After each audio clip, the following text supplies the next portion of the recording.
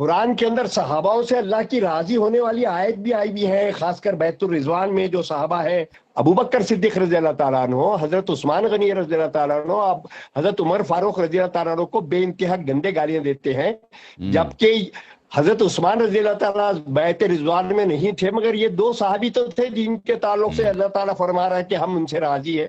دیکھیں بیعت رضوان میں یہ نہیں ہے کہ جتنے لوگوں سے اللہ نے بیعت کی ہے اللہ ان سے راضی ہے۔ بیعت رضوان کی آیت یہ ہے لقد رضی اللہ عن المؤمنین اذ مؤمنین سے راضی ہو گئے، سب سے راضی نہیں ہوئے، ٹھیک ہے نا۔ اگر وہاں پہ کوئی منافق بیعت کر رہا تھا جو بعد میں بیعت کو توڑ دے گا، اللہ اس سے راضی نہیں ہے۔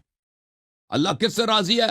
اللہ لقد رضی اللہ عن المؤمنین اذ یبایعونک تحت الشجرہ، مؤمنین کے قید نے منافقین کو نکال دیا، فعلم ما فی قلوبہم، اللہ ان کے دلوں کا حال جانتا ہے، یہ کون جس کے طے دل میں نفاق ہے اللہ اسے اللہ راضی یاری نہیں ہوا۔ صاحب یہ کون ہاں طے کرے گا کہ منافقین جو ہے اس میں وہ بالکل 1400 صحابہ تاریخ میں منافقین کو تاریخ نے طے کیا نا کہ جنہوں نے بیعت توڑی ہے۔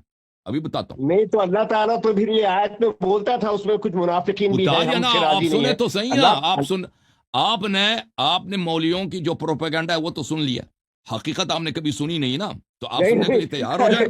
آپ کو آپ کے آدمیوں نے نہیں آپ کہا کہ تسلی میں سے سن لینا، مولویوں سے آپ نفرت 2 منٹ کرتا مجھے ہوں، دے دیں، میں ان کو حرام 2 خور منٹ مانتا ہوں، مجھے دے آپ دیں، کسی ایک کا نام 2 منٹ مجھے دے دیں، پھر آپ پتہ چلے گا کہ وہ ٹھیک ہے نا کہ فیصلہ کیسا ہے۔ فیصلہ بہت واضح ہے، یعنی قضیہ بہت بدیہی ہے، بہت واضح ہے، اس میں شک ہی نہیں ہے کہ یہاں پہ بات کس چیز کی ہو رہی ہے۔